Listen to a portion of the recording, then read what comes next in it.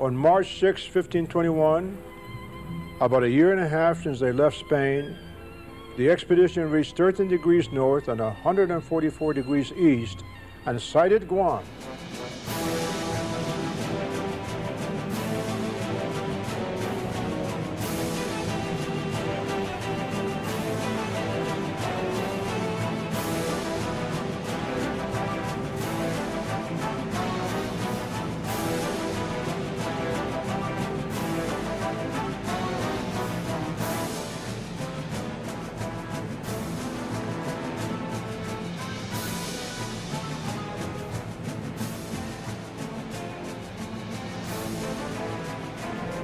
These are cloves, the aromatic unopened flower buds which are used for spice, either whole or ground.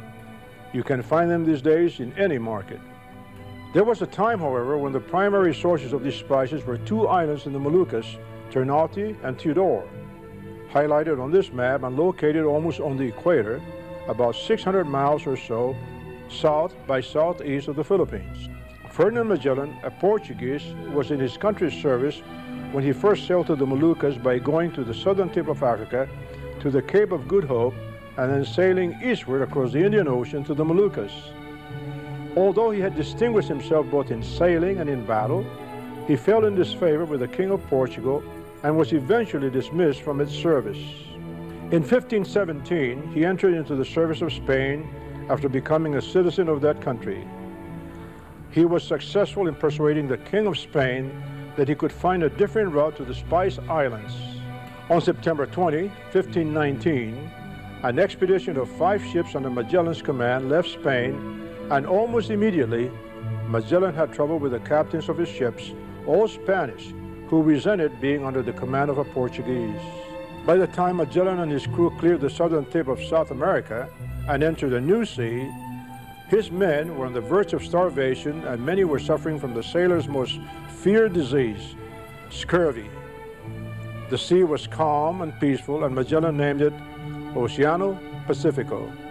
As he sailed northward to warmer weather, his ships caught the equatorial current just north of the equator, which gave him the most precious gift for a sailor: fair winds and a following sea.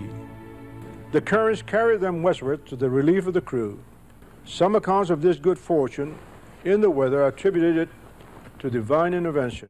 This painting, while artistically well done, portrays Magellan and his crew who came ashore in Guam as healthy and hardy.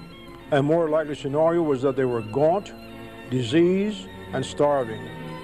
They were probably seizing whatever they could eat or drink rather than waiting to be served. In turn, the natives seized what they wanted and paid dearly for it with their lives and property, and a name, Ladrone, that was to remain on the charts for almost 3 centuries, was given to the islands of these Chamorros. Magellan was eventually killed in the Philippines in a battle with the Filipinos. His expedition lost 1 more ship due to damage, and another was captured. While Magellan himself died in the Philippines, he had in fact circumnavigated the globe, albeit in 2 phases. First, going east from Spain as a Portuguese navigator, and then a few years later, going west from Spain as a Spanish explorer.